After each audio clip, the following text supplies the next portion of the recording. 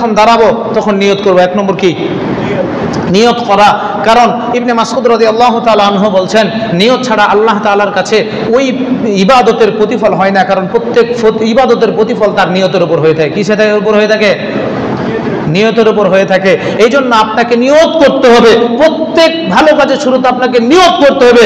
নিয়ত করার পর আপনাকে কি করতে হবে? কাজ শুরু করতে হবে। এখন কথা হচ্ছে, সালাতের জন্য দাঁড়াবেন, আপনার অন্তর থেকে নিয়ত করতে হবে, মনে মনে নিয়ত করতে হবে যে আপনি ফরজ সালাতে দাঁড়াচ্ছেন কি সুন্নত সালাতে দাঁড়াচ্ছেন, কয় রাকাত বিশিষ্ট সালাতে দাঁড়াচ্ছেন, এটা আপনার মনে মনে নিয়ত করা। এটা কি করা? মনে মনে নিয়ত করা। এই জন্য আমরা কি করব? নিয়ত করব। এক নম্বর কাজ মসজিদের মুসল্লায় দাঁড়ায় নিয়ত করা। দ্বিতীয় নম্বর কাজ, আমাদের সমাজে প্রচলিত আছে জায়নামাজে দাঁড়ার দোয়া। কি জায়নামাজে দাঁড়ার দোয়া বলা হয় কি? আল্লাহুম্মা কি ইন্নী ওয়াজ্জাহতু ওয়াজহিয়া লিল্লাযী ফাতারাস সামাওয়াতি ওয়াল আরদা হানিফা ওয়া মা আনা মিনাল মুশরিকিন। পড়া হয় না? এটা আমাদের বক্তব্যে হুজুরেরা অনেক সময় পড়ে কি যে এটা হচ্ছে জায়নামাজে দাঁড়ানোর দোয়া। আসলে জায়নামাজে দাঁড়ানোর দোয়া নয়। কি জায়নামাজে দাঁড়ানোর দোয়া নয়। কেউ যদি এটা পড়তে চায় তাহলে সে যেন তাকবীরে তাহরিমা বাঁধার পর পড়ে। কি তাকবীরে তাহরিমা বাঁধার পর পরে।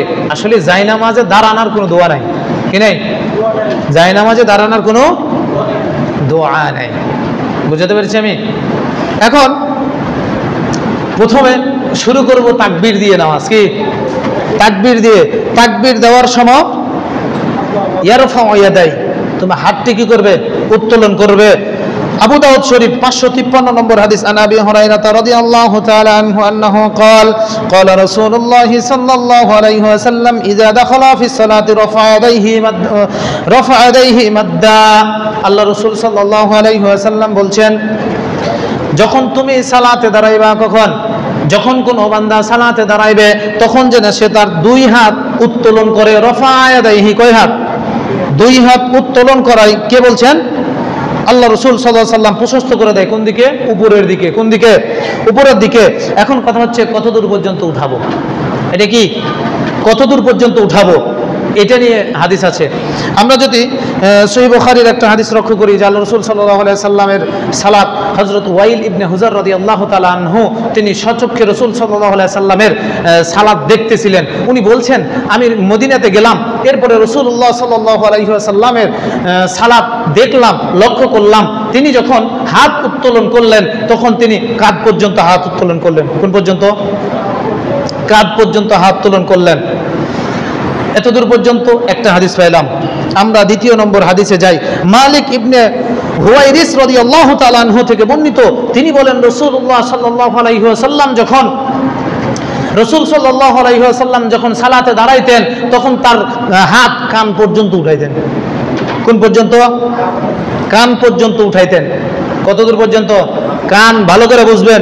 একটা হাদিস পাইলাম কাঁধ, আর একটা হাদিস পাইছি কান।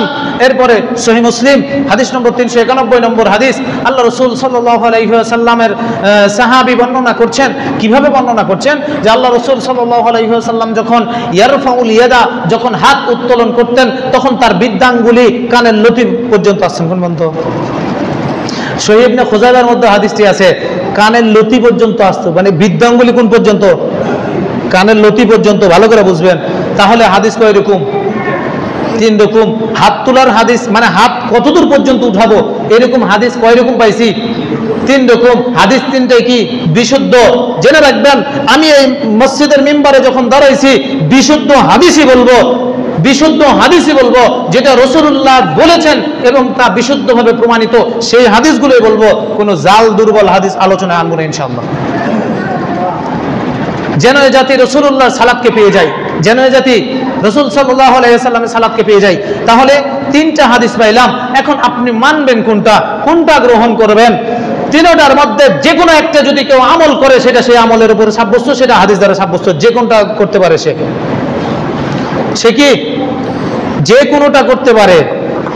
যে কেউ চাইলে যে কোনো হাদিসের আমল করতে পারে, এতে কোনো সমস্যা নাই। কেউ যদি কাঁধ পর্যন্ত করতে পারে, কেউ যদি কান পর্যন্ত করতে পারে, মানে আমার আঙ্গুলগুলো কোথায় আছে দেখেন, খেয়াল করেন, আমার আঙ্গুলগুলো কোথায়? কান বরাবর আছে না, কানের ওখানে আসে নাই, করতে পারে। কেউ যদি কানের লতিতে যে বৃদ্ধাঙ্গুলি উঠাতে চাই উঠাতে পারে, কোনো সমস্যা নাই, তিনটাই হবে।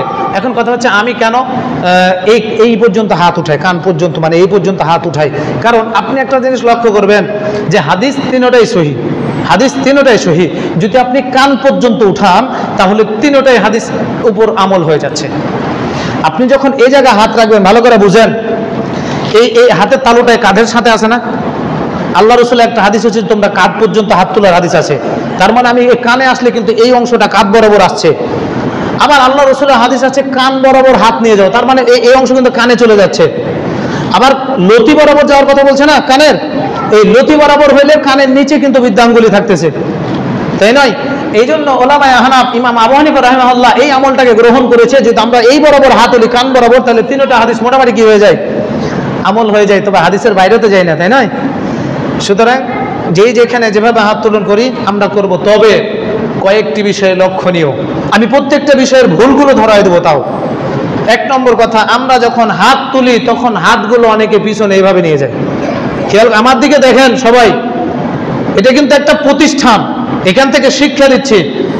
এইভাবে হাত নিয়ে যায় অনেকে, পিছন দিকে হবে না, পিছন দিকে হাত নিয়ে যাওয়া হবে না। অনেকে কান গোল করে ধরে, এই যে এইভাবে কান গোল করে ধরে, হবে না। অনেকে কান এই যে এভাবে ধরে, তাই নয়? হবে না। আসলে হাত কিভাবে তুলবো?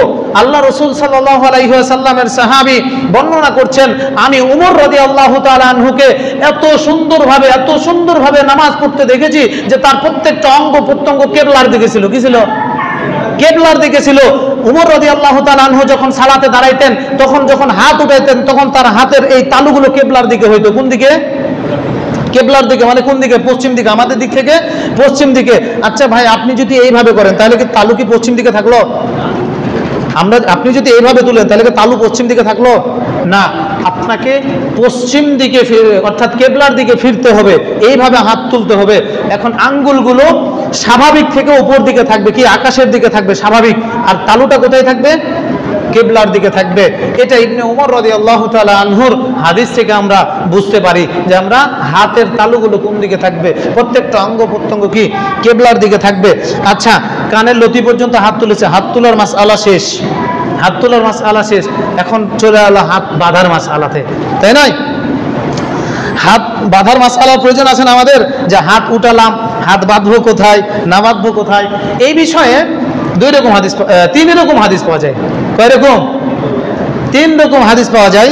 তার মধ্যে একটা হাদিস, রাআইতান নবী সাল্লাল্লাহু আলাইহি ওয়াসাল্লাম ওয়াদা ইয়ামিনাহু আলা শিমালিহি ফিস সালাতি তাহতা সুররা। ওয়াইল ইবনে হুজার রাদিয়াল্লাহু তাআলা আনহু, ভালো করে বুঝবেন হাদিসটি মুসান্নাফ ইবনে আবি শাইবা 3959 নম্বর হাদিস।